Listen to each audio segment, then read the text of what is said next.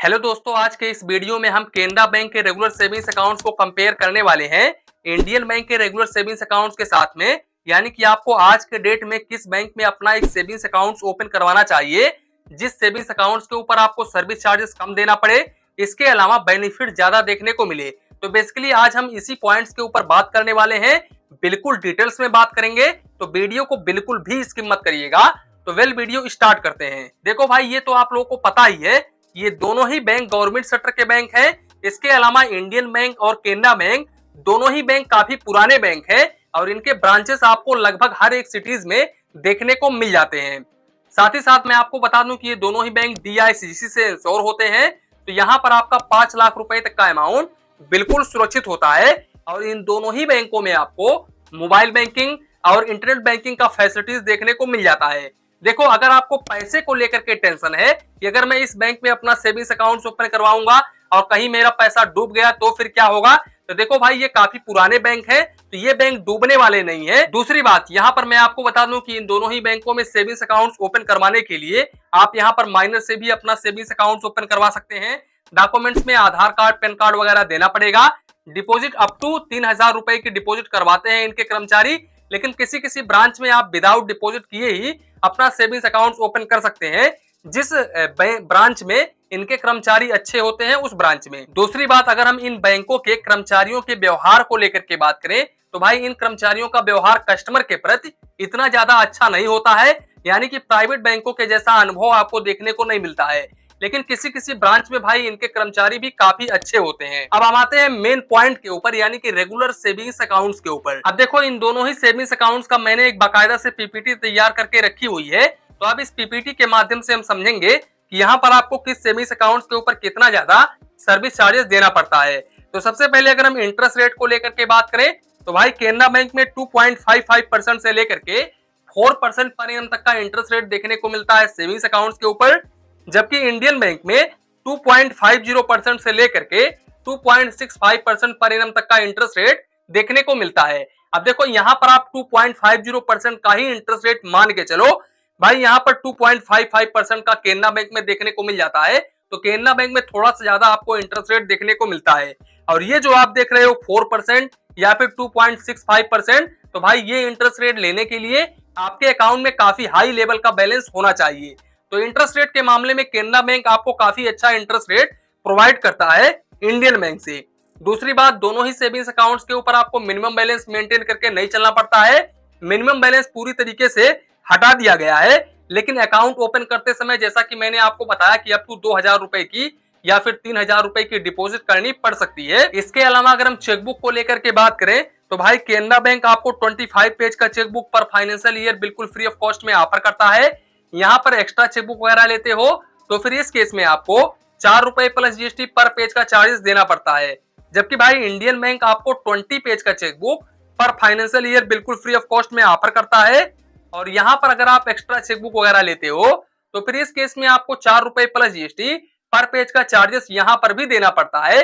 यहाँ पर भाई केनरा बैंक से इंडियन बैंक 5 पेज का चेकबुक कम प्रोवाइड कर रहा है, तो यहाँ पर थोड़ा सा प्लस पॉइंट केनरा बैंक में देखने को मिलता है। इसके अलावा इंटरेस्ट रेट के मामले में भी केनरा बैंक का प्लस पॉइंट है। साथ ही साथ मोबाइल बैंकिंग एप्लीकेशंस भी केनरा बैंक का थोड़ा सा बेहतर हो जाता है यहाँ पर इंडियन बैंक से। इसके अलावा अगर हम SMS अलर्ट को लेकर के बात करें तो भाई केनरा बैंक में आपको 22 पैसे प्लस GST पर SMS चार्जेस देना पड़ता है, जबकि इंडियन बैंक में 25 पैसे प्लस GST पर SMS चार्जेस देना पड़ता है और मैक्सिमम आपको 15 रुपए प्लस GST मंथली बेसिस पर चार्जेस देना पड़ता है। तो यहाँ पर भाई इंडियन बैंक ने कैपेसिटी लगाया हुआ है SMS अलर्ट के ऊपर, जबकि केनरा बैंक ने कैपेसिटी बिल्कुल भी नहीं लगाया है। बाकी अगर हम कैश डिपॉजिट को लेकर के बात करें तो भाई केनरा बैंक में आप अप टू 50,000 रुपए तक कैश डिपॉजिट या फिर आप 3 ट्रांजेक्शन एक महीने में कर सकते हैं, यानी कि 3 बार आप कैश डिपॉजिट कर सकते हैं अप टू 50,000 रुपए तक।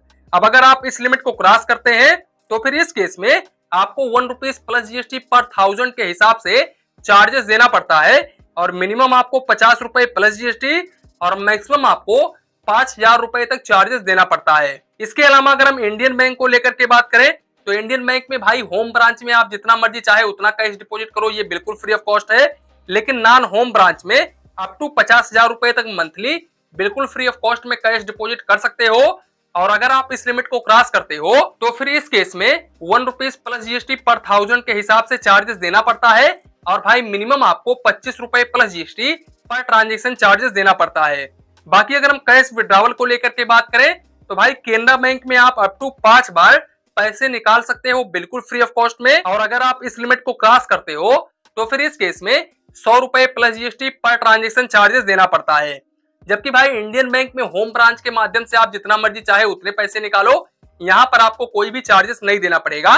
लेकिन नॉन होम ब्रांच के माध्यम से अप टू 50,000 रुपए तक ही बिल्कुल फ्री ऑफ कॉस्ट में मंथली निकाल सकते हो। और अगर आप इस लिमिट को क्रॉस करते हो तो फिर इस केस में ₹2 प्लस जीएसटी पर 1000 के हिसाब से चार्जेस देना पड़ता है। और मिनिमम आपको ₹25 plus GST per transaction charges देना पड़ता है। इसके अलावा यहाँ पर मैं आपको बता दूं कि भाई ये जो कैश डिपॉजिट कैश विड्रॉवल है ना, इसके मामले में इंडियन बैंक बेहतर हो जाता है, क्योंकि होम ब्रांच में आप जितना मर्जी चाहे उतना ट्रांजेक्शन कर सकते हो।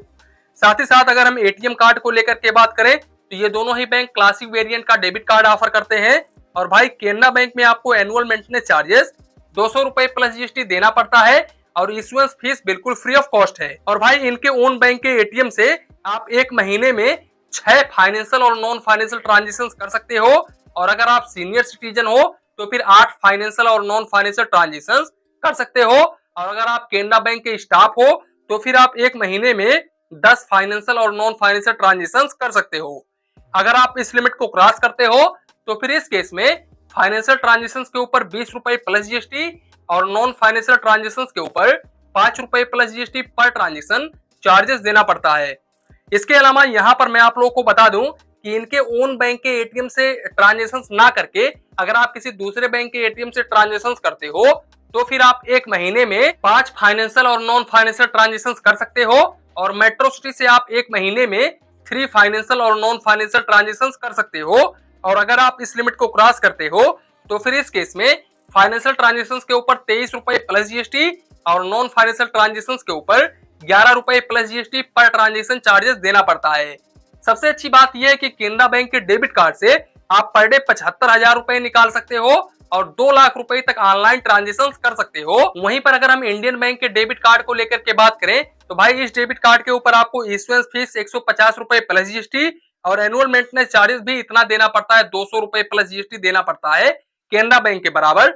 और भाई इनके ओन बैंक के एटीएम से आप एक महीने में 5 फाइनेंशियल और नॉन फाइनेंशियल ट्रांजेक्शन कर सकते हो। और अगर आप इस लिमिट को क्रॉस करते हो तो फिर इस केस में फाइनेंशियल ट्रांजेक्शन के ऊपर ₹15 प्लस जीएसटी और नॉन फाइनेंशियल ट्रांजेक्शन के ऊपर ₹6 plus GST per transaction charges देना पड़ता है। वहीं पर भाई दूसरे बैंक के एटीएम से एक महीने में आप 5 ट्रांजेक्शन कर सकते हो बिल्कुल फ्री ऑफ कॉस्ट में। और मेट्रो सिटी से एक महीने में आप 3 फाइनेंशियल और नॉन फाइनेंशियल ट्रांजेक्शन कर सकते हो बिल्कुल फ्री ऑफ कॉस्ट में। और अगर आप इस लिमिट को क्रॉस करते हो तो फिर इस केस में फाइनेंशियल ट्रांजेक्शन के ऊपर ₹23 प्लस जीएसटी और नॉन फाइनेंशियल ट्रांजेक्शन के ऊपर ₹11 plus GST per transaction charges देना पड़ता है। इसके अलावा भाई इस डेबिट कार्ड से आप 25,000 रुपए ही निकाल सकते हो और 25,000 रुपए तक ही ऑनलाइन ट्रांजेक्शन पर डे कर सकते हो। साथ ही साथ भाई यूपीआई आप per day up to 1 lakh रुपए तक कर सकते हो इन दोनों ही बैंकों में। साथ ही साथ अकाउंट की कोई भी लिमिटेशंस नहीं होती है। बाकी आरटीजीएस, एनईएफटी, आईएमपीएस वगैरह कर सकते हो। अब देखो यहाँ पर आपके पास में एक सवाल आएगा कि सर मुझे इन दोनों ही बैंकों में से किस बैंक में अपना सेविंग्स अकाउंट ओपन करवाना चाहिए। तो देखो भाई यहाँ पर इंडियन बैंक के मोबाइल बैंकिंग एप्लीकेशन से बेहतर केनरा बैंक का मोबाइल बैंकिंग एप्लीकेशन थोड़ा सा हो जाता है। साथ ही साथ इंटरेस्ट रेट थोड़ा सा ज्यादा प्रोवाइड कर रहा है केनरा बैंक। इसके अलावा भाई चेकबुक भी थोड़ा सा ज्यादा प्रोवाइड कर रहा है, लेकिन एसएमएस के अलर्ट के ऊपर कैपेसिटी नहीं लगाया हुआ है। तो भाई अगर कुल मिलाकर के देखा जाए तो थोड़ा बहुत डिसएडवांटेज आपको केनरा बैंक में भी देखने को मिलता है और थोड़ा बहुत डिसएडवांटेज आपको इंडियन बैंक में भी देखने को मिलता है। बाकी ये दोनों ही सेविंग्स अकाउंट्स काफी शानदार सेविंग्स अकाउंट्स है। आप इन दोनों ही बैंकों में से किसी भी एक बैंक में अपना सेविंग्स अकाउंट ओपन करवा सकते हैं। तो कुल मिलाकर के ये था आज का वीडियो। यहीं पर वीडियो को समाप्त करते हैं। वीडियो पसंद आया हो तो प्लीज वीडियो को एक लाइक करिए और अपने चैनल फाइनेंस बैंकिंग को सब्सक्राइब करिए। मन में कुछ डाउट हो, कंफ्यूजन हो तो प्लीज कमेंट करिए। धन्यवाद, मिलते हैं नेक्स्ट वीडियो में।